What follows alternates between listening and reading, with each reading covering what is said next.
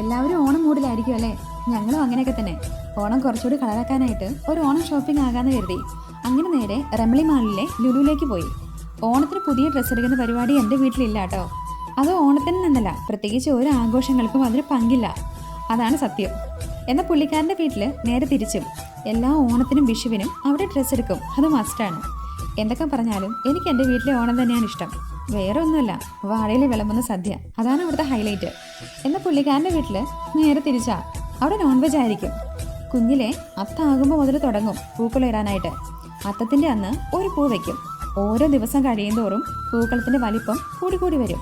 അങ്ങനെ തിരുവോണം ആകുമ്പോഴേക്കും മുറ്റത്ത് 10 കളമുള്ള പൂക്കളം ഉണ്ടാകും. മുറ്റത്തുള്ള പൂക്കളും പിന്നെ പറമ്പിക്കൂടെയൊക്കെ പോയി കണ്ട പൂവും കായും ഇലയും ഒക്കെ പറിച്ച് അത് അരിഞ്ഞും അടർത്തിയും ഒക്കെയാണ് പൂവിട്ടുകൊണ്ടിരുന്നത്. ഞങ്ങളുടെ നാട്ടിൽ ഒരു ചെറിയ ക്ലബ്ബുണ്ട്, ബ്രദേഴ്സ് ക്ലബ്ബ്. ആ ക്ലബിൻ്റെ നേതൃത്വത്തിൽ ഓണപരിപാടികളുണ്ടാവും.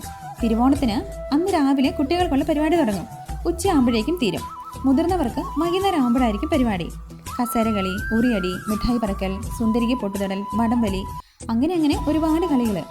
ഇതൊക്കെ കഴിഞ്ഞ് വീട്ടിലെത്തുമ്പോഴേക്കും ഓണസദ്യ റെഡിയായിരിക്കും. വാഴയിലിൽ വിളമ്പുന്ന ഓണസദ്യയും അത് കഴിഞ്ഞ് അതേ വാഴയിൽ തന്നെ പായസം കൂടി ആകുമ്പോൾ ആഹാ, അടിപൊളി. വൈകുന്നേരം ആകുമ്പോൾ പിന്നെയും പോകും സമ്മാനം വാങ്ങാനായിട്ട്. കാലം എത്ര മാറിയാലും ഓർമ്മകൾ ഒരിക്കലും മരിക്കുന്നില്ല എന്ന് പറയുന്നത് എത്ര സത്യമാണല്ലേ? ഇത് മാത്രമല്ല, ഓണപരീക്ഷ കഴിഞ്ഞിട്ടുള്ള സമയം കൂടിയാണല്ലോ.